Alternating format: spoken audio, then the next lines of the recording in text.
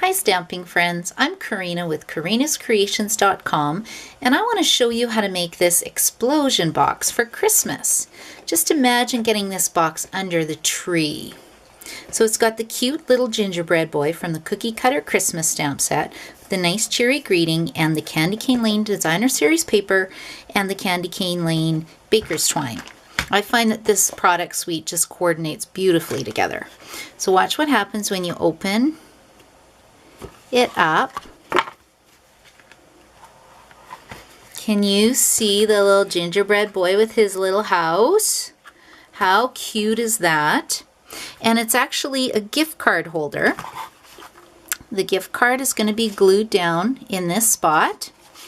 And then on this side I have room for a greeting that says wishing you a sweet season. And this stamp is actually called the Candy Cane Christmas stamp set. So everything coordinates together, which I absolutely love. Now this little house is made with the Home Sweet Home Thinlit dies. If you have not bought this yet, you're going to want to get it before it's on back order, or it takes a long time to come in, because this is my favorite product in the new holiday catalog. I've made so many different things with it. I'll give you a really fast sneak peek of some of the cute things I've made. First of all, my favorite is this beautiful little fairy house. Can you imagine this? I'm doing this make and take at a girl's birthday party and putting a lip gloss inside. Look how cute that is. Or even an adult birthday party. I'd enjoy getting a lipstick in mine. And then there's this one. This is right from the holiday catalog. I copied them exactly as I could. And look at the cute little ghost on here. Cute little house from Christmas, for Christmas, and a nice cheery little welcome to the neighborhood house. And it has a coordinating stamp set too, which I absolutely love. And then I did two other ones. This is a really fast one. This little house just opens. I didn't glue the roof together, so you can put some little treats in, and it's held together with the gold binder clip. And then there is one more for Halloween.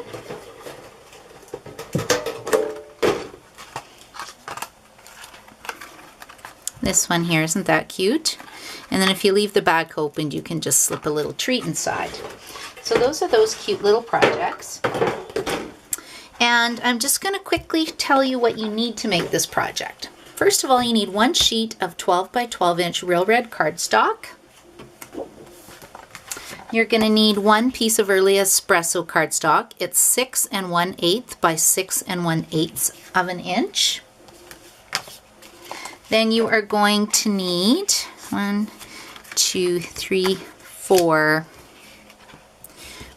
pieces of Early Espresso cardstock, and it's cut at 3 3/4 by 3 3/4. Then you need a piece of Real Red, also cut 3 3/4 by 3 3/4. And then you're going to need a piece of Crumb Cake cardstock, cut at 3 3/4 by 3 3/4. And you can see I've already put it through the brick wall embossing folder. Then you're going to need some Designer Series paper. You're going to need 3 squares in total, and these are cut at 3 1/2 by 3 1/2 inches. And then you're going to need 2 pieces of Whisper White cardstock, and they're cut at 3 1/2 by 3 1/2 inches. And then I've also got some Early Espresso scallop circles that I cut out already, and then just some scrap Whisper White cardstock. Okay, let's get started. So the first thing we're going to do is make our box. So we need to dust off our gift box punch board. If you don't have this, I love this gift box punch board. I'm just going to slide this out of the way. Make super cute things. And I am making a 4 inch by 4 inch by 4 inch box, so that's why I needed the 12 inch cardstock. And to make the box, you need to line it up at the extra large start line. And I'm going to punch, score across, and then score down, and then turn the cardstock, line it up at the extra large mark again, punch, score across, score down. You'll notice I am not doing the diagonal score mark. You're just going to do this on all 4 sides. Punch, go across and go down, and then extra large again. Go across and go down. Now the last step to make this box is we have these little triangles that need to be punched out. So if you flip your paper over, line it back up at the extra large start line, you're just punching. So punch on all 4 sides. And then your box will be ready to go.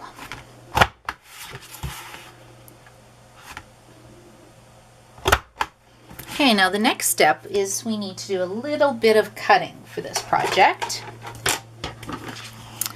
So I am just going to cut in at each of the score lines into this first score line. It's kind of hard to see with this real red cardstock. Let's fold it so you can kind of see where the lines are and what I'm cutting. Okay, so I'm cutting. You can use your paper trimmer too. I'm just doing this for the ease of the video. So we're making 2 cut marks on this side, and then you flip it over and then do the other side. The exact same thing.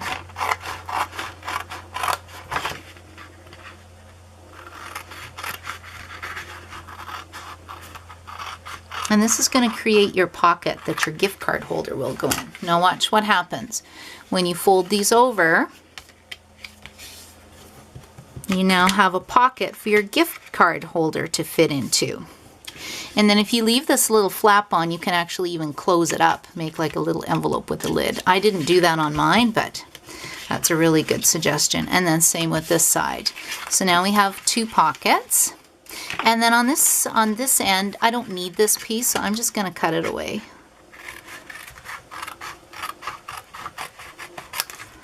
And then I'll do the same thing on this side.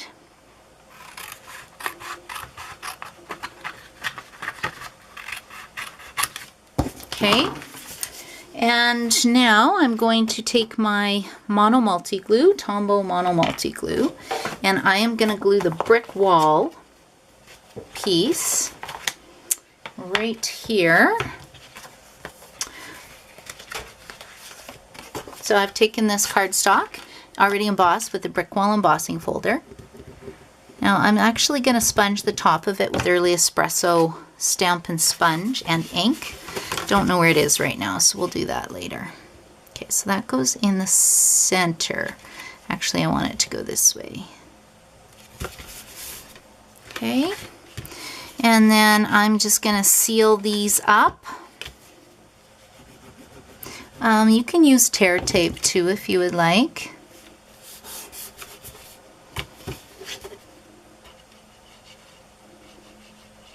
For the ease of the video though, I'm just doing this for now.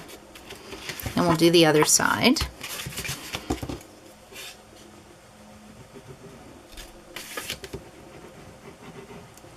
And then we'll do a little bit of stamping. So you can see how quickly this box comes together. Okay, and then on these 2 flaps, it's just a matter of gluing your designer series paper. So I'm going to put this pattern, and we'll do this pattern. So let's just tuck that aside. I do like fast fuse as well.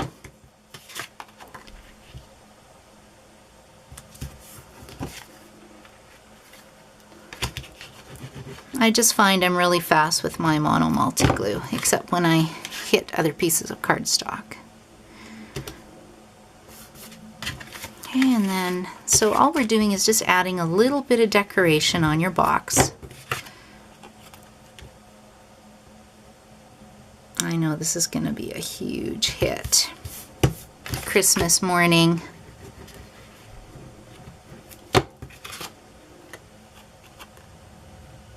There we go.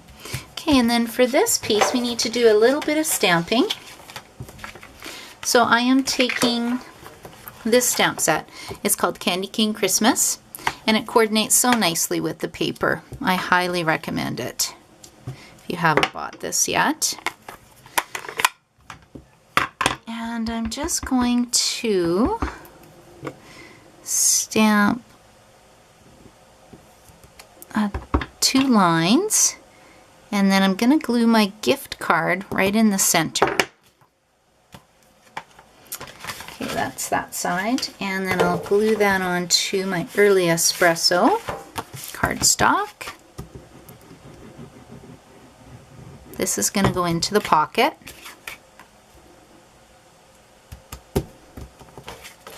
Now I'm going to take my next Whisper White cardstock. I believe this one is 3.5 inches by 3.5 inches. We'll stamp the cute little greeting, wishing you a sweet season. Isn't that nice? I just love this stamp set. This set just really makes me happy. I love candies, cookies, gingerbreads, everything. It's so fun. Oh, I almost glued that down. We don't want to do that. I'm going to set this aside. So now this greeting will go on one side. Tuck that away. And then this piece goes in the other side. And I'm going to show you how to hold down this flap. I'm going to take the mitten stamp. We're going to stamp it in Real Red ink. I need 2 of them. Can you guys see that? It means my ink pads need to be re-inked. There we go. So make sure when you buy your ink pads, you buy a re-inker at the same time, because that's the next thing I'm going to do. You need Real Red ink to look real red, not looking like this, a little faded. And I'm using the 1 1/4 inch circle punch. And these are the layering circle dies. I've already cut this out with Early Espresso cardstock. But I love all the layering circle framelits. I highly recommend them. So I'll just tuck this here. And I'm going to bring this back in just to show you. So if we put this now, we put a Stampin' Dimensional towards the bottom of the mitten. Let's put it at the bottom. Then that's going to leave a little bit of room, and it should hold this little flap shut. And that way they can open it. Oh, that's gonna work really well, because I don't want to be losing my gift card. I have a feeling everybody's going to be looking at this box a lot. Oh no, I got a little ink mark on here, so we'll have to put some rhinestones on to cover it up. Okay, the explosion box is now done. I'm not going to show you how to do the house, however, but I will show you how to do the box lid. So for the box lid, it's 6 1/8 by 6 1/8 of an inch. We need to score that at 1 inch on all 4 sides. And you're lining this edge up with the 1 inch score line. Our Stampin' Up! Paper trimmer is one of the best, I think, on the market. I love it. It's a really good design.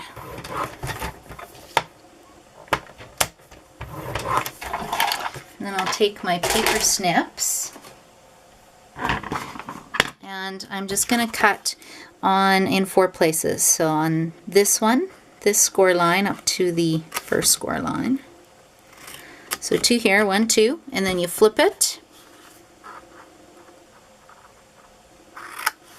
and then you cut on this side. And then I still have the bone folder out from my punch board, gift box punch boards. We'll just use that. And now we're going to put adhesive on these flaps. And for this, I don't want my box falling apart. So I'm just going to use some tear tape on the tabs.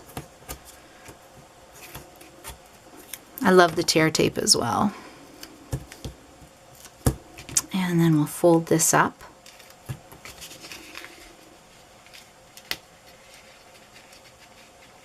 Oh, this last one will be tricky. There we go, come on. There. Okay, and then we'll just fold this up. I keep pulling it towards me, and I apologize, it's not getting in the camera frame.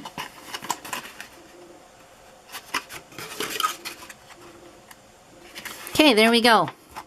So that's what the box lid looks like. Now that's not very cute. So we're gonna get some real red cardstock and use some more designer paper. And put this on like so.